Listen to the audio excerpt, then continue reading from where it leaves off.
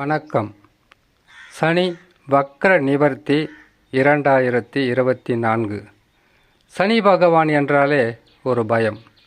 சனி பகவான் இப்பொழுது வக்ரம் பெற்றிருக்கிறார்.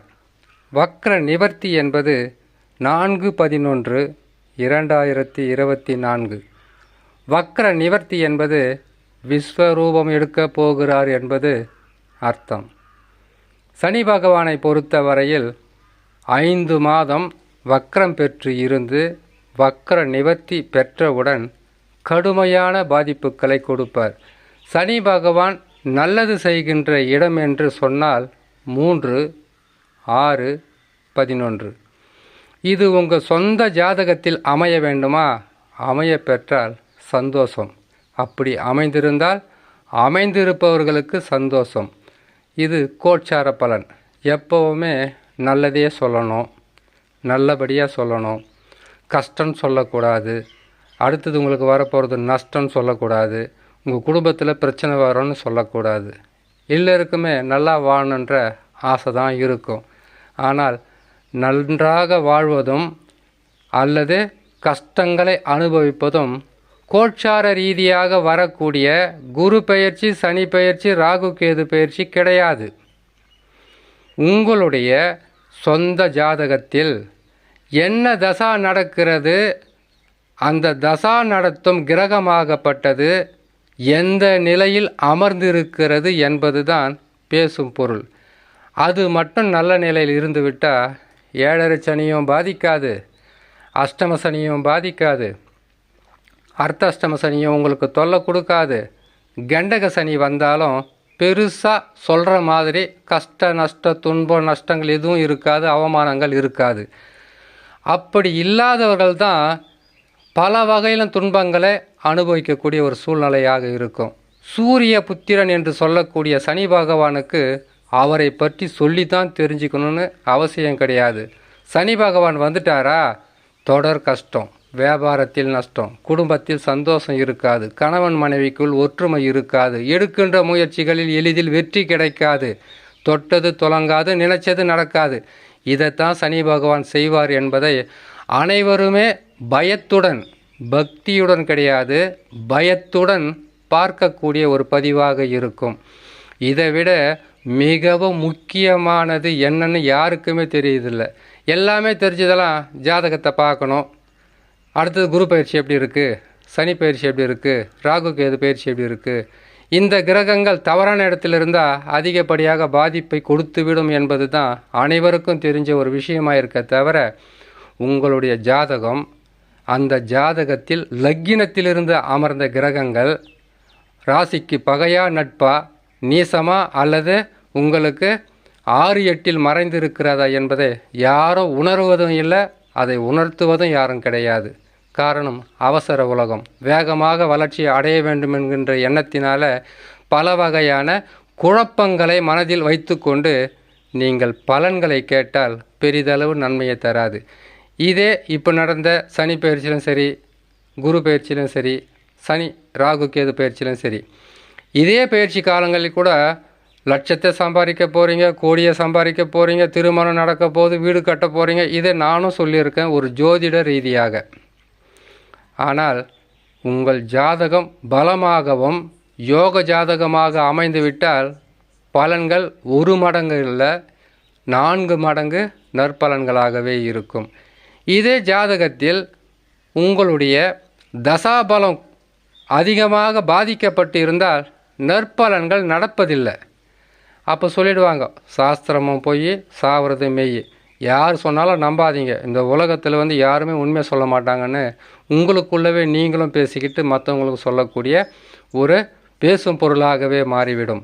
ஆனால் ஒவ்வொரு ராசி பலன்களை பார்க்கின்ற 12 ராசிகளில் பிறந்தவர்கள் யாராக இருந்தாலும் முதலில் பார்க்க வேண்டியது உங்களுடைய சொந்த ஜாதகத்தில் கிரக அமைப்புகள் எப்படி அமர்ந்து இருக்கிறது, அது உங்களுக்கு கஷ்டத்தை கொடுக்குமா, நஷ்டத்தை கொடுக்குமா, அல்லது வளர்ச்சிகளை காட்டுமா என்பதை ஜாதகம் கொடுப்பது தானே தவிர, நாங்கள் சொல்கின்ற பலன் என்பது கிரகங்கள் மாறுபட்டால் இத்தகையான நற்பலன்கள் நடக்கும். இத்தகையான அசுப பலன்கள் நடக்கும். சரி, இவ்வளவு விளக்கம் போதும். ஓரளவுக்கு உங்களுக்கு புரிஞ்சிருக்குன்னு நினைக்கிறேன். வருகின்ற 4/11/2024 சனி பகவான் வக்ர நிவர்த்தி அடைவார். விஸ்வரூபம் எடுக்க போகும் சனி பகவான் தலைப்பு கொடுத்துருக்கோம். அப்படி விஸ்வரூபத்தை சனி பகவான் எடுக்கிறார் என்றால் அவருடைய சொந்த புத்தியில் செயல்படும்போது அவர் பார்க்கின்ற இடமெல்லாம் பட்டு போகும். சனி பகவான் இருக்கும் இடம் மட்டுமல்ல, பார்க்கின்ற பார்வையும் பழுதாகும், பல வகையிலும் துன்பங்களை கொடுக்கும் என்பதுதான் ஜோதிட கருத்து. இருந்தாலும் அப்படி வக்ர நிவர்த்தி அடையும் போது எந்தெந்த ராசிக்காரர்களுக்கு நற்பலன்களை செய்வார்? எப்பவுமே சொல்கிற மாதிரி தான். மேச ராசி, ரிஷபராசி, அடுத்ததாக மிதுன ராசி. ரிஷபராசிக்காரங்களாம் நல்லா இருக்காங்க, இவ்வளோ கஷ்டப்பட்டு இருக்காங்களான்னு சொன்னீங்கன்னாக்கா, ஜென்மத்தில் குரு இருக்காருங்க, குரு பகவானை போய் கொஞ்சம் அப்படி தூரமாக சொல்ல முடியும். நம்ம அவர் இருக்க இடத்துலேருந்து அவர் தர வேண்டிய பலன்களை கொடுத்துட்டு தான் போவார். சில மாதங்கள் தான் கஷ்டம் இருக்கும். அடுத்ததாக மேசம் சொல்லியாச்சு. ரிஷபத்துக்கு சனி பகவானால் பாதகம் அல்ல, கொடுத்தால் குரு பகவான் தான் கொடுக்கணும். மிதுன ராசிக்காரங்களுக்கு கொஞ்சம் முன்னுதும் பின்னுதமாக இருக்கும் பிரச்சனை. சனி பகவான் வக்கர நிவர்த்தி பெற்ற உடனே நற்பலன்களை தந்துடுவார். அடுத்தது அதிகப்படியான நற்பலன்களை தருவது கன்னி ராசிக்காரர்களுக்கு, அதற்கு பிறகு துலாம் ராசிக்காரர்களுக்கு, அதற்கு பிறகு தனுசு ராசிக்காரர்கள். மற்றவங்க அகப்பட்ட மாதிரி தான், எல்லா பிரச்சனையும் மாறி மாறி வந்துக்கிட்டே தான் இருக்கும். ஏன்னு கேட்டிங்களேனாக்கா, கடகராசிக்காரங்களுக்கு அஷ்டம சனி மிகவும் வீரியத்துடன் செயல்படுவார், பல வகையான துன்பங்களை கொடுப்பார். முன்னெச்சரிக்கை பதிவாக கூட எடுத்துக்குங்க. ஏன்னு கேட்டிங்களேனாக்கா, கண்டக சனி வரும்போதே சொன்னேன், பல வகையிலும் துன்பங்களை கொடுக்கும் கடகராசிக்காரங்களுக்கு. யாரும் நம்பலை. இப்போது இரு கரங்களை இறுக்கி கழுத்தை பிடிச்சது போல் ரொம்ப கஷ்டத்தை அனுபவிச்சுட்ருக்கீங்க. அடுத்தது சனி பகவான் வக்கர நிவர்த்தி பெற்றால் கடகராசிக்காரர்கள் எத்தகையான முன் எச்சரிக்கையுடன் இருக்க வேண்டும் என்கின்ற பதிவை கூட தனியாகவே போடுறேன், கேட்டு பயன்பெறுங்க. ஒவ்வொரு பதிவும் சொல்கிறது ஜாதகத்தை பார்த்து, நட்சத்திரத்தை பார்த்து, லக்னத்தை பார்த்து சொல்கிறதில்ல. இருந்தாலும் 100 பேருக்கு இல்லைன்னா கூட ஒரு 50 பேருக்காவது இந்த பதிவாகப்பட்டது போய் சேர்ந்து அவங்க குடும்பத்தில் வரக்கூடிய பிரச்சனைகளை உணர்ந்து அடுத்தது வரப்போகிறது நல்லது, இப்போ நேரம் சரியில்லைன்ற ஒரு சின்ன விளக்கத்தை அவங்களுக்கு கொடுத்தா கூட அவங்களுக்கு ஒரு மன நிம்மதி கிடைக்கும். அடுத்தது சிம்ம ராசிக்காரங்க. சிம்ம ராசிக்காரர்களுக்கு சனி பகவான் வக்கரம் பெற்றால் கண்டக சனியாக மட்டுமல்லாமல் அடுத்து வரக்கூடிய அஷ்டம சனியாகவும் செயல்படுவார். அதிகப்படியான தொல்லைகளை கொடுப்பார், தாங்க முடியாத வேதனைகளை கொடுப்பார், கஷ்டங்களை கொடுப்பார், நஷ்டங்களை கொடுப்பார். 2.5 வருஷத்துக்கு முன்னாடி கண்டக சனியாக வரும்போது சிம்ம ராசிக்காரங்க மிக கவனமாக இருக்கணும்னாக்கா, ஒருத்தர் சொல்லியிருந்தார், பயமுறுத்துகிற மாதிரி சொல்கிறீங்களான்னு கேட்டிங்கன்னாக்கா, கிரகங்கள் மாறி அவங்க கஷ்டங்களை கொடுக்கும்போது உங்களுக்கு தானாகவே வரக்கூடிய அந்த பயத்தை விட முன்னெச்சரிக்கையாகவே இதையெல்லாம் நடக்க போகுது, மிக கவனமாக இருங்கன்னு சொல்கிறது நல்லதாகவே இருக்கும். அதுக்கு அடுத்ததாக விருச்சக ராசி. சிறு கஷ்டமாகத்தான் இருக்கும். ஏன்னு கேட்டிங்கன்னாக்கா, சனி பகவான் வக்கரம் பெற்று வக்கர நிவர்த்தி அடைந்தவுடனே அர்த்தாஷ்டம சனியாக செயல்படுவார். ஏன்னு கேட்டிங்கன்னாக்கா, அவர் பின்னோக்கி இருக்கிறார். அவர் முன்னோக்கி செல்லும்போது சுய புத்தியில் செயல்படும்போது பாதகங்கள் பல வகையிலும் செய்வார் சனி பகவான். அதுக்கடுத்ததாக மகர ராசிக்காரங்களுக்கு பெரிதளவு பாதகம் என்பது வக்கர நிவர்த்தி பெற்றால் இருக்காது. காரணம் ஏன்னு கேட்டிங்கன்னாக்கா, அடுத்தது அவர் 3ஆம் வீட்டினுடைய தன்மையை தருவதற்கு சிறிது சிறிதாக முன் வருவார். கஷ்டங்கள் குறையும், நஷ்டங்கள் குறையும், துன்பங்கள் உங்களை விட்டு விலகி சிறிது சிறிதாக போய்கொண்டே இருக்கும். மகர ராசிக்காரங்க, ஜாதகத்தில் உங்களுக்கு குறையாக இருந்தால் அதை தடுக்க யாரால முடியும்? அது உங்கள் சொந்த ஜாதகம். அதில் உங்களுக்கு தசா சரியில்லாமல் போனாக்கா சனி பயிற்சி என்ன, குரு பயிற்சி என்ன, எந்த கிரகங்கள் பயிற்சியானாலும் உங்களுடைய வாழ்க்கை என்பது முன்னேற்றமும் இல்லாத பின்னேற்றமும் இல்லாமல் இருக்கும். அதுக்கு நீங்கள் நல்ல ஜோதிடரை பார்க்கணும். பார்த்துட்டு என்ன நடக்குது, எப்போ நாங்கள் இந்த பிரச்சனையிலேருந்து மீண்டு வர முடியுன்றதை நீங்கள் தெளிவாக கேட்கணும்.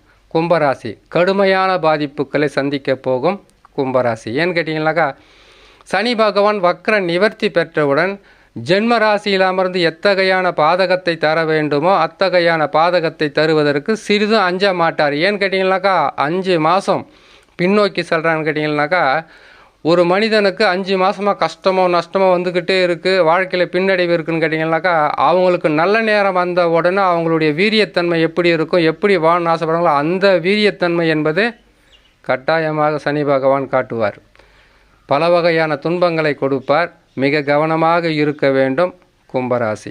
அடுத்ததாக மீனராசி. விரயச்சனியாக இருந்து வக்ரம் பெற்று சுயசாரத்தில் அவர் வக்ர நிவர்த்தி பெற்று அமரும்போது சற்று பாதகமாக தான் இருக்கும். மீனராசிக்காரர்களுக்கு கொடுத்து கெடுக்கின்ற கிரகமாகவே இருப்பதினால் மிக கவனமாக இருந்தால் வரக்கூடிய பாதகங்கள் எதுவாக இருந்தாலும் பொறுமை நிதானம் அவசியம் உங்களுக்கு. ஏன்னு கேட்டிங்கனாக்கா, பொறுமையும் நிதானம் மட்டும் இருந்துட்டால் வாழ்க்கையில் போதுமான கடகா. உலகத்திலே இருக்கக்கூடியதை நிதானம் பொறுமை அது இருந்தால் வரக்கூடிய கஷ்ட காலங்களிலிருந்து மீண்டு அதற்கு பிறகு நற்பலன்களை பெறுகின்ற மிகப்பெரிய ஒரு நல்ல காலம் பிறந்துடுன்ற நம்பிக்கையுடன் இருந்தாலே போதுமானது. இதனுடைய சனி பகவான் வக்ர நிவர்த்தி பெறுகின்ற ஒவ்வொரு பதிவும் ஒவ்வொரு ராசிக்காரர்களுக்கும் துல்லியமாக சொல்லப்படும். கேட்டு பயன்பெறலாம் மட்டுமல்ல, இது கிரகங்கள் பயிற்சியாவதை, அவர்கள் வக்ரம் பெறுவதை, அதிசாரம் பெறுவதை, அவர் ஒவ்வொரு ராசிகளிலும் மாற்றம் பெற்று அமருவதை சொல்லக்கூடிய பதிவு. ஆனால் மிக வலிமையாக செயல்பட வேண்டுமென்றால் அது உங்களுடைய சொந்த ஜாதகமாக இருக்க வேண்டும். யோக தசாவாக இருந்தால் நீங்கள் யோகசாலி தான். பாதக தசாவாக இருந்தால் மீண்டு வருவதற்குண்டான வழியும் பரிகாரமும் சொல்லப்படும் என்று சொல்லி இன்னொரு நல்ல பதிவில் உங்களை நான் சந்திக்கிறேன். நன்றி, வணக்கம்.